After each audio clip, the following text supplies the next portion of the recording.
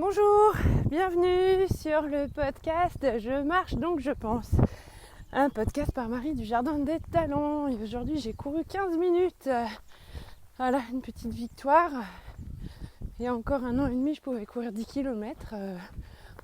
Pas avec grande aisance mais je pouvais les faire. Et là suite à ma blessure l'année dernière, je ne pouvais plus courir. Donc pouvoir avoir pu courir 15 minutes, c'est déjà une grande étape de satisfaction. Et même quand je cours, je pense. Et là, je me suis arrêtée de courir parce qu'en fait, je me suis dit, il faut que j'enregistre sur ce sujet-là parce qu'en fait, je viens de me faire une grande révélation intérieure et j'avais envie de la partager avec vous. Voilà, la pensée magique. La pensée magique. C'est un grand problème chez beaucoup de profils atypiques, la pensée magique, et je vais essayer de la décortiquer avec vous. D'autant plus qu'hier, j'ai eu de nouveaux éléments à mettre dans mon panier de réflexion sur la pensée magique. Je commence par la définition peut-être de la pensée magique, ou par la révélation d'hier, j'hésite. Bon allez, sur la définition. On part du principe que les enfants à haut potentiel vivent avec leur pensée magique. Et que, comme il est démontré, ça c'est pas moi qui le dis, si vous lisez ou vous renseignez sur les enfants à haut potentiel, vous saurez que les réponses des problèmes de maths ne sont pas calculées chez les enfants à haut potentiel, mais elles leur apparaissent. C'est comme ça que c'est défini. En fait, leur esprit va tellement vite que... et c'est aussi pour ça que souvent il y a des gros problèmes avec le calcul mental et l'apprentissage des tables de multiplication. C'est parce que tout petit, avant même d'être capable de rationaliser le calcul, les résultats leur apparaissent. J'ai déjà vécu l'expérience plusieurs fois avec mes filles, toutes petites, avant même d'être en capacité de savoir ce qu'était une addition ou une soustraction.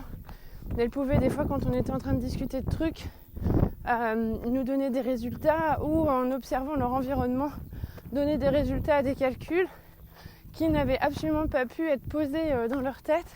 Et c'était juste une espèce d'éclair soudain avec une réponse qui apparaît comme sur la caisse enregistreuse. Et là, le résultat s'affiche par magie. Et donc, et ça marche avec beaucoup des matières scolaires, on va dire. Parce que dans sa vie personnelle, on passe pas son temps à évaluer les connaissances de son enfant. Donc la pensée magique ne se développe pas vraiment à la maison. Par contre, elle est valorisée et encouragée de façon complètement inconsciente parce que quand l'enfant peut intervenir dans une conversation d'adulte de façon tout à fait à propos, même si parfois on est un peu surpris et si on aurait tendance à vouloir dire que les enfants n'ont pas leur place dans les échanges d'adultes, parfois ils ont vraiment des remarques à propos et qui ont leur place et contre lesquelles on ne peut rien dire. Et finalement, c'est assez valorisé. Mais à l'école, où ils passent leur temps à être évalués sur leur capacité d'apprentissage et leurs compétences, la pensée magique va vite s'installer puisque dans les toutes petites classes maternelles, puis au primaire, tant qu'on ne demande pas vraiment de grands détails, même un peu au début du collège, tant que tout reste à peu près facile, la pensée magique est quand même là. Et donc cette pensée magique, c'est le fait de penser que les réponses sont intuitives et qu'on n'a pas besoin de faire d'efforts pour les gagner. Et qu'on n'a pas besoin de faire du calcul ou d'apprendre par cœur. Voilà, c'est juste inscrit. C'est inscrit à l'intérieur de la tête et ça ressort au bon moment. Et c'est un peu comme si les connaissances étaient rangées dans des tiroirs et qu'un mot appuie sur le bouton et le tiroir s'ouvre et la réponse arrive. Voilà. La pensée magique aussi chez les profils atypiques, type haut potentiel, à tendance Asperger, voire plus Asperger, mais les vrais Asperger, je les connais pas bien. Je connais juste bien les hauts potentiels à tendance Asperger, on va dire. Ceux qui ont un peu de tout et qui savent pas trop bien où se situer. La pensée magique, c'est aussi de toujours arriver à obtenir ce qu'ils veulent. Je suis bien placée pour vous en parler. Et c'est ce qui m'a donné envie de commencer ce podcast. C'est-à-dire qu'ils ont, par leur propre expérience de vie, la fâcheuse habitude de réussir tout ce qu'ils entreprennent ou d'obtenir tout ce qu'ils veulent, dès le plus jeune âge. Et donc la notion d'échec ou de refus n'est pas tellement inscrite dans leur mode de fonctionnement. On en a parlé hier avec ma psy et c'est pour ça que ce matin j'étais en train de faire des connexions. Et elle m'a dit des choses très importantes. Je l'ai d'ailleurs remerciée de me dire ces choses-là parce que j'avais besoin de les entendre pour mieux comprendre. Et donc ce matin j'étais en train de courir et j'étais en train de me dire finalement quand les enfants profils atypiques, les enfants au potentiel sont petits, on a tendance à valoriser tout un tas de choses qui finalement font d'énormes dégâts une fois arrivés à l'âge adulte. Pareil, je suis bien placée pour en parler. Ça tombe bien, on a parlé de l'humilité hier. Donc si vous connaissez mon positionnement sur l'humilité, je pense que vous serez capable d'entendre ce qui va se passer derrière. Si vous n'avez pas écouté le podcast sur l'humilité, je vous conseille d'arrêter celui-ci et de passer au podcast sur l'humilité avant pour pouvoir venir écouter celui-ci après. Parce que si vous n'avez pas écouté le podcast sur l'humilité, vous allez avoir des préjugés sur mon discours qui vont forcément vous empêcher d'écouter ce que j'ai à dire et ne vont pas vous permettre d'entendre pleinement ce que j'ai envie de partager comme réflexion ce matin dans ce podcast. Donc si on s'est assuré d'avoir bien écouté le podcast sur l'humilité ou d'être en accord avec soi-même, avec l'humilité et d'avoir pensé à définir ce mot à l'intérieur de soi-même, on est capable d'aller là. Parce que la pensée magique, tout de suite, on n'est pas vraiment dans la notion d'humilité communément acceptée dans notre société. La pensée magique, ça place tout de suite les profils atypiques dans une sphère de demi-dieu qui n'est pas forcément celle où eux-mêmes ont envie de se trouver, c'est juste qu'ils fonctionnent comme ça. Donc c'est une espèce de double punition. Non seulement il y a la pensée magique, mais en plus du coup, ça les balance dans un bac à compote dont ils n'ont pas envie de faire partie parce que finalement ils y peuvent rien. Ils sont prisonniers de leur propre mode de fonctionnement et c'est pas si simple. Donc, tout petit, l'enfant au potentiel va généralement être valorisé pour toutes ses grandes compétences. C'est le gamin qu'on va laisser prendre part à une discussion d'adulte, comme je le disais, parce que justement, il va être dans l'éloquence, il va savoir s'exprimer, il manie très bien les mots, il est dans une précision lexicale qui est très riche et qui lui permet de pouvoir exprimer différentes nuances de choses et de pouvoir s'adapter à son environnement avec une très grande aisance. Et donc, quand les parents sont un minimum à l'écoute du bon développement de leur enfant, ou pas forcément. Je veux dire, on a tous un ego. Et moi, la première, c'est vrai que je me sens relativement flattée. Et là, on n'est pas du tout dans l'humilité. Quand j'ai une de mes filles, et c'est vrai que c'est surtout la troisième qui est dans ce cas-là, et c'est celle qui est le plus en souffrance aujourd'hui, quand l'une de mes filles va s'exprimer avec beaucoup d'aisance, et va un peu nous épater parce qu'on ne s'attendait pas à avoir des connaissances de culture générale de cet ordre-là ou une répartie de cet ordre-là. Et donc elle va nous surprendre. En général, elle est très, très heureuse de voir qu'elle nous a surpris. Et nous, on va valoriser. On va dire, wow, c'est super, dis donc, tu connais déjà ça et tout. Ah, mais c'est bien. Ah, mais c'est vrai, finalement, sa remarque est plutôt pertinente. Prenons en compte. Et donc elle s'auto-place en fait dans un repère qui n'est pas le sien et elle pense avoir sa place parmi les adultes finalement. Et quand on la remet à sa place d'enfant et qu'on lui dit non, là maintenant c'est pas la place des enfants, elle le vit très mal. Ce qu'on peut avec un peu de recul comprendre, puisque par moments on va valoriser sa parole et puis par d'autres moments on va la remettre à sa place d'enfant. Donc je me dis qu'en tant qu'adulte, il faut aussi être clair avec soi-même, mais c'est pas évident et je cherche des réponses à mes questions parce que je me rends bien compte que le mal-être de numéro 3 est en partie dû à comment moi j'accueille ce qu'elle fait. Et c'est vrai que beaucoup de gens ont eu tendance à me prévenir autour et j'avais pas envie de la brider et j'avais pas envie de lui mettre des freins et de l'empêcher de s'épanouir. Et donc, quand on me demande pourquoi elle est en phobie scolaire actuellement, j'ai tendance à dire, je pense que c'est la suradaptation qui lui pose problème. Parce qu'effectivement, quand elle va à l'école, elle est positionnée à la place d'un enfant de son âge. Et comme elle a des troubles d'apprentissage, on va dire, comme c'est une enfant qui a un problème avec l'écriture et l'autonomie de travail à cause de l'écriture, non seulement on la met à une place d'enfant de son âge, mais en plus on la met à une place d'enfant à son âge avec du retard dans les apprentissages. Ce qu'elle sait n'est jamais valorisé à l'école et elle ne fait pas partie des élèves qui vont être interrogés ou à qui on va demander de faire quelque chose de bien et de positif puisqu'elle était casée dans la case enfant pas intéressant. Voilà, parce que son écriture est pas très propre et qu'elle voit pas les lignes et que travailler sur fiche c'est compliqué. Donc ces enseignants jusqu'à maintenant n'ont pas vu le potentiel chez elle. Donc elle se retrouve dans une situation entre deux chaises. À la maison, elle passe un peu pour le petit génie entre guillemets qui épate un peu la galerie. Et puis à l'école, elle est mise du côté des nuls en fait. Donc forcément, ça fait une espèce de conflit à l'intérieur. Et c'est un peu compliqué pour elle de grandir bien. Mais quand l'enfant est fort à tous les niveaux scolaires et qu'il est valorisé et à la maison et à l'école, on peut vite aller sur de l'intolérance à la frustration ou de la tolérance à la frustration égale à 0. J'adore cette phrase lue dans un ouvrage sur les enfants au potentiel. Je me demande si c'est pas de Ariel Ada cette phrase, je ne sais plus, je ne veux pas lui attribuer si c'est pas elle, mais j'avais adoré cette phrase, une tolérance à la frustration à peu près égale à 0. Et donc cette pensée magique entraîne cette tolérance à la frustration égale à 0.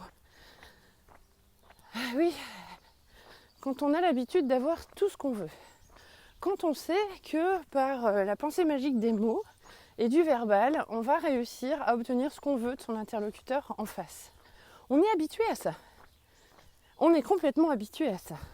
Et on vit là-dedans, dans cette espèce d'autosatisfaction, parce qu'on en est quand même conscient, même avec toute l'humilité dont on peut faire preuve, on est quand même conscient de cette force-là. Et quand on est contraint de faire face à un refus ou à une absence de communication en face, ça déclenche une situation de frustration associée à une immense colère. Et quand j'observe autour de moi les personnes que je connais, qui sont dans des profils atypiques, mode de fonctionnement de pensée magique, je reconnais bien la frustration et les colères. Et jusqu'à maintenant, j'avais un peu du mal à identifier d'où venait cette frustration. Et puis c'est hier, en discutant avec ma psy, je lui parlais d'un problème qui est récurrent dans ma vie, et l'adaptation au monde professionnel qui n'est jamais simple. Et là, son non-verbal a été très explicite, elle s'est rejetée en arrière, elle a fait un mouvement avec les mains de rejet. Et c'est la première fois hier où vraiment en séance, elle m'a mis dans le bac des hauts potentiels qui ont des traits de caractère commun. Jusqu'à maintenant, on était plutôt dans un discours de au potentiel, pas au potentiel, on s'en fiche. Là, il y a un trauma, là, il y a un truc à faire, donc on le fait, peu importe s'il y a du haut potentiel ou pas. Mais hier, vraiment, c'est la première fois et ça m'a rassurée, ça m'a fait un bien fou, où elle m'a jetée dans cette arène de personnes à haut potentiel. Elle me dit vous êtes tous les mêmes en gros quoi. Enfin, et je lui ai posé la question, je lui ai dit mais cette non-acceptation du refus qui se transforme en sensation de rejet, est-ce que c'est un trait commun aux gens, aux personnes à haut potentiel? Et donc elle me dit, il n'y a pas d'études qui ont été faites là-dessus, c'est pas écrit dans les livres, mais de son expérience à elle, de ce qu'elle voit en consultation avec des personnes à profil atypique, c'est quasiment 100% ou refus égale rejet. Et donc ce matin en marchant, j'étais en train de me demander, mais pourquoi donc ? Pourquoi donc, quand on me dit non, je me sens rejetée? Il est où le truc? Et pourquoi ça provoque un tel cataclysme interne? À chaque fois, mais la terre s'effondre, le ciel me tombe sur la tête. Quand on me dit non, c'est une sensation de rejet avec une sensation de honte et je me sens penaude et j'ai l'impression que vraiment tout mon monde s'écroule. C'est la fin des haricots, mais alors complet. Et en fait, c'est pas rationnel. C'est complètement pas rationnel. Et c'est là où ça m'a fait du bien d'échanger avec elle hier, c'est que c'est complètement pas rationnel. Mais une pensée magique n'est pas rationnelle non plus. Et si je fonctionne en pensée magique depuis le début de ma vie, puisque ce que je sais faire est systématiquement valorisé, forcément, quand on me dit non, ou quand on ignore ma demande, je me sens complètement rejetée et je me dis, mais mince, ma pensée magique ne fonctionne plus. Ma baguette magique ne marche plus. Elle n'a plus d'effet en face. Je n'arrive pas à aller là où je veux. Et forcément, je suis en conflit avec ma hiérarchie. Puisque je me sens rejetée par ma hiérarchie, je vais interpréter comme du harcèlement moral tout ce qui va venir de ma hiérarchie et qui ne va pas aller dans mon sens. Et je vais me victimiser en me disant, bah voilà, ça y est, je ne suis plus bon à rien, je ne fonctionne plus, il n'y a plus rien qui marche, mon système était nul, c'était vraiment juste de la chance et c'est pas moi qui ai les compétences. Ce qui se passe aussi au niveau des jeunes à l'école. Et c'est là où on repère un grand taux d'échec scolaire entre guillemets chez des enfants au potentiel qui auront toujours très très bien fonctionné jusqu'à certaines classes. On estime que c'est la 5e pour les garçons et la 2e pour les filles. Donc là j'en ai une qui fonctionne en pensée magique, qui intègre sa 2e à la rentrée de septembre. Autant dire que je suis assez inquiète parce que je sais que la 2e peut être un grand tournant dans la vie des enfants à haut potentiel.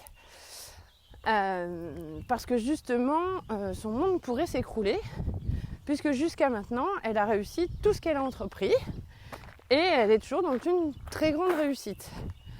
Alors connaissant le processus, je me dis je vais peut-être pouvoir être capable de l'accompagner et ayant réfléchi sur le processus, ça sera peut-être moins difficile pour moi de lui donner des outils pour s'en remettre et justement lui expliquer le fonctionnement de la pensée magique.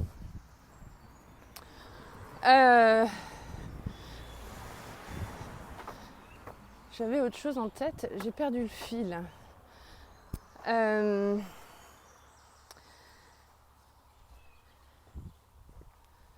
J'ai perdu le fil. Typique de la pensée en arborescence.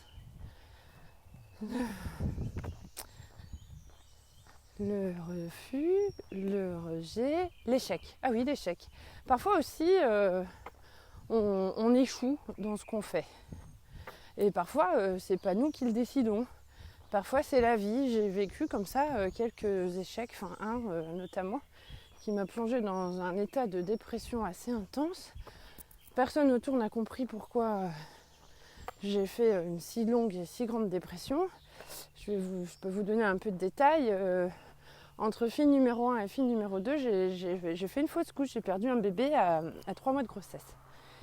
Et ça m'a plongée dans une dépression qui a duré quasiment le temps de la gestation. Mon corps et mon esprit ne se sont jamais remis pendant les 9 mois, les 6 mois qui ont suivi derrière. J'ai pas pu remonter la pente en fait. Et quand on me demandait pourquoi j'étais si mal, mais la seule réponse que j'avais à dire était c'est le premier échec de ma vie. Et c'est vrai que c'était le premier échec de ma vie. Parce que dans les autres situations type échec, j'ai redoublé 2 fois dans ma scolarité, en première et à l'université, je ne les ai pas considérés comme des échecs du tout. C'était des moments pour rebondir, un bon haut potentiel entre guillemets, si je veux me mettre dans une case. J'ai toujours su tirer des apprentissages, des situations un peu délicates dans lesquelles je me suis retrouvée, mais j'ai toujours réussi à esquiver. C'est-à-dire que si le plan A ne marche pas, j'ai toujours un plan B, un plan C, un plan D, un plan E. Et finalement, je sais toujours tirer mon épingle du jeu. Quand j'étais plus jeune, toute petite, j'avais vu un film avec Jean-Paul Belmondo, je ne sais pas si c'est l'homme de Rio, je ne sais pas si ça vous parle, qui enchaînait les cascades dans le port de Rio pour passer d'un bateau à un autre. Et on le voyait sauter, faire des saltos arrière, saltos avant, pirouettes, atterrir sur un bateau, rebondir, repartir. Il fuyait des gens qui voulaient l'attraper. Et cette image du film est vraiment restée ancrée dans ma tête. Alors je sais pas si c'est mon souvenir d'enfant qui a augmenté la scène du film, mais moi j'avais vraiment l'impression que dans ma vie j'étais Jean-Paul Belmondo. Une petite pirouette en avant, un salto arrière et hop là boum, la solution B est arrivée, solution C est arrivée, esquivons, jamais d'échec. Si je vois qu'une situation ne peut pas être fructueuse, hop, j'esquive. Je passe à droite, je passe à gauche, tout va bien. Et donc, aucun échec. Pareil, à force de lire, d'échanger, de regarder des conférences, je sais que c'est typique et archi-typique du haut potentiel profil atypique. Ne supporte pas l'échec. Mais vraiment ne supporte pas l'échec. Et c'est juste impensable d'être dans l'échec. L'échec, c'est pour les idiots, les bêtes. Ceux qui échouent, ce sont ceux qui n'ont pas pensé au plan B, C, D ou E. Donc là, niveau humilité, on peut faire mieux. Parce que le haut potentiel se grise de savoir que de toute façon, il se sortira de toutes les situations où la vie va le mener. Parce qu'il sait qu'il a des tas de ressources et des tas de potentiels pour justement pouvoir se sortir des situations les plus délicates. Vraiment humilité zéro là. Mais ça en général il le garde pour lui ou elle le garde pour elle. Elle n'en parle pas. Et elle le garde comme un grand secret et c'est ce qu'elle appelle sa pensée magique. Parce que de toute façon, peu importe la situation où cette personne va se retrouver, elle sait qu'elle trouvera une issue parce qu'elle est suffisamment créative dans son imagination pour trouver des plans de rechange à l'infini. Donc hier quand ma psy me dit oui mais c'est que vous savez faire face à l'incertitude. L'incertitude ne vous fait pas peur. Et c'est pour ça que vous êtes dans la capacité à prendre des risques dans votre vie. Je dis moi je suis pas tellement d'accord. C'est pas que l'incertitude me fait pas peur. C'est juste que j'ai toujours plein de solutions derrière. Donc finalement je suis jamais prise au dépourvu. Tant que je contrôle, je ne suis pas prise au dépourvu. C'est pas de l'incertitude. C'est juste que, la seule incertitude c'est que je ne sais pas quelle solution sera mise en place. La A, la B, la C, la D, la E. Je ne sais pas. Mais je sais en tout cas qu'il y a une des solutions qui sera choisie, qui sera la bonne et que ce sera la bonne à ce moment-là. Et donc, je ne suis pas très inquiète. Voilà, même quand je suis partie à l'autre bout de l'Europe avec ma voiture et mes 3 gamines, je savais que je ne dormirais pas à la belle étoile. Et quand bien même c'était prévu, j'avais tout pour le faire. Et voilà, j'avais escaladé toutes les solutions possibles. Et quand on me disait, mais t'as pas peur ? T'as peur de quoi en fait ? Parce que j'ai déjà toutes les solutions qui sont prêtes dans ma tête. Il suffit juste d'appuyer sur le bon bouton du bon tiroir pour qu'elles sortent. Et alors, ça marchera.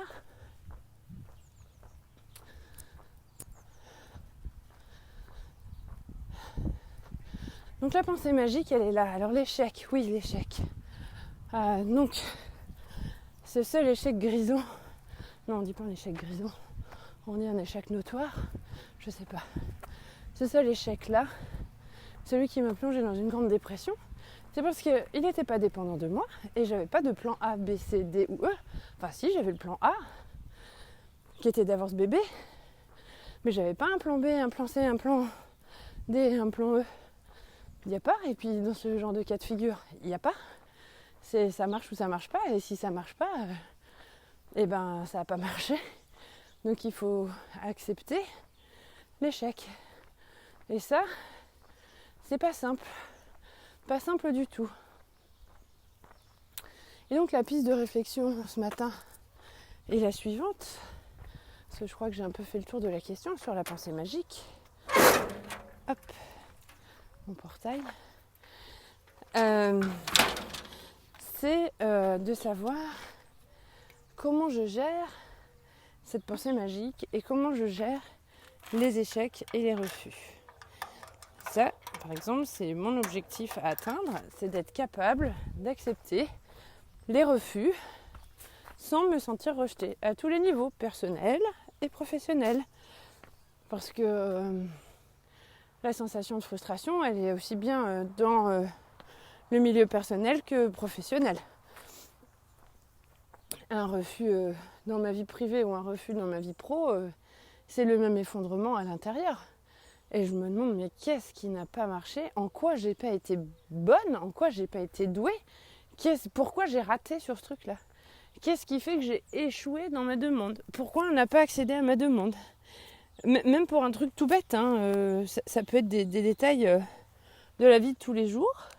Et donc voilà, je vais me demander où est-ce que j'ai pas été douée?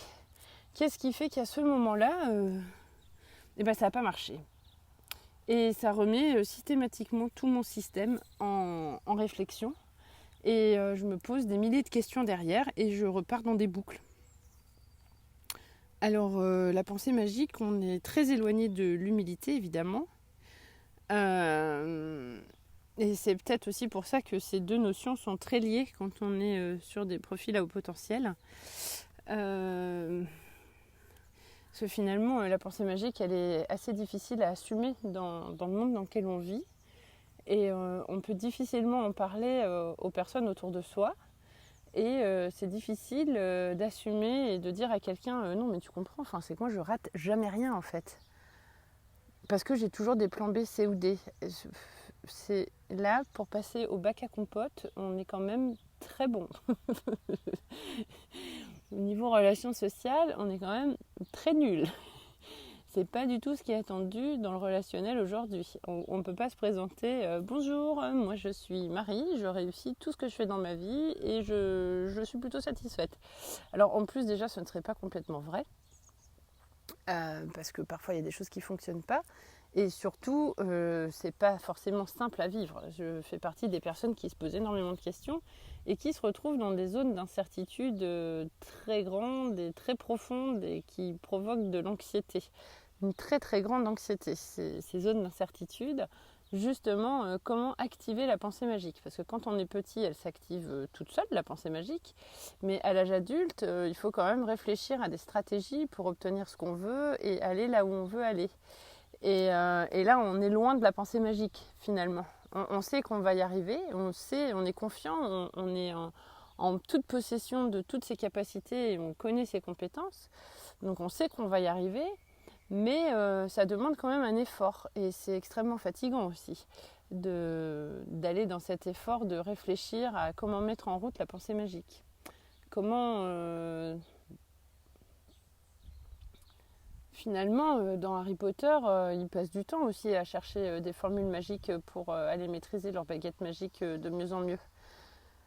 C'est un peu comme ça, c'est passer du temps dans le grimoire interne pour aller chercher des recettes de formules magiques pour que la baguette magique marche. Et ça prend du temps, et puis ça fait des boucles dans la tête, parce que c'est en faisant des boucles et des boucles et des boucles et des boucles qu'à un moment donné la boucle se casse et qu'on arrive à trouver une solution. Mais d'abord il faut avoir vu le problème sous toutes ses coutures et dans tous les sens. C'est comme si on avait un problème, c'est un peu comme un cube en 3 dimensions qu'on peut faire bouger dans son cerveau. Et donc on le regarde dans tous les sens, on le scrute jusqu'à trouver la faille. Et puis quand on trouve la faille, c'est soit pour planter une graine, et là après il y a quelque chose qui pousse, ou alors c'est arriver à s'infiltrer dedans comme du lierre, et puis à rentrer à l'intérieur pour trouver des solutions, aller dans le cœur du problème en fait. Donc les boucles servent à ça. Et pour activer la pensée magique, pour arriver à semer la graine qui pousse ou à faire rentrer le lierre à l'intérieur, ça peut parfois demander beaucoup de temps. Et c'est dans ces moments de réflexion où les personnes à profil atypique vont un peu perdre confiance en elles, vont tout remettre en doute, avoir leur monde qui s'écroule parce qu'elles ne se font plus confiance. Puisque le mode de fonctionnement mis en place jusqu'à maintenant, c'est comme si on avait une stratégie pour gagner toutes ces parties de Candy Crush systématiquement et qu'à un moment donné, il y a un tableau plus difficile et il faut se remettre en question. Il faut aller rechercher une nouvelle stratégie et parfois ça prend du temps. Regardez, moi j'aime bien jouer à des petits jeux comme ça où il faut exploser des bonbons. Non, c'est pas des bonbons, c'est des fleurs. Et en fait, donc, je suis dans une routine et habituée à ce que ça fonctionne, je me sens ultra forte, je me sens invincible. Jusqu'au moment où il y a un tableau plus difficile qui arrive. Et là, parfois, il me faut une semaine pour arriver à le passer. Et la pensée magique, elle est là. Elle est là. Il faut arriver à trouver l'énergie qu'on a pour continuer à aller casser des bonbons ou des petites fleurs dans un jeu sur son téléphone. Cette énergie-là, elle peut être retransposée aussi dans sa vie personnelle, parce que si on n'arrive plus à exploser des petits bonbons, c'est pas pour autant que son monde s'écroule. Et là-dessus, le cerveau est capable de rationaliser pour savoir que c'est pas la fin des haricots. Alors que dans la vraie vie, quand la pensée magique n'est plus active, on a tendance à aller se cacher au fond de sa tanière et à plus avoir envie de sortir et voir personne. Enfin, moi, dans mon cas, c'est comme ça que ça se transcrit. Voilà. Bon, j'ai arrêté de marcher et je préfère la dynamique de la marche. Je trouve ça plus intéressant. Je sais pas, vous pourrez me donner vos ressentis. 30 minutes, c'est un petit podcast, mais qui j'espère aura été suffisamment riche, c'est mon humilité qui parle, pour vous apporter des réponses quand vous avez l'impression de vous sentir rejeté ou que vous avez l'impression que votre monde s'écroule. Peut-être est-ce tout simplement la faute à la pensée magique. Bonne journée, à bientôt.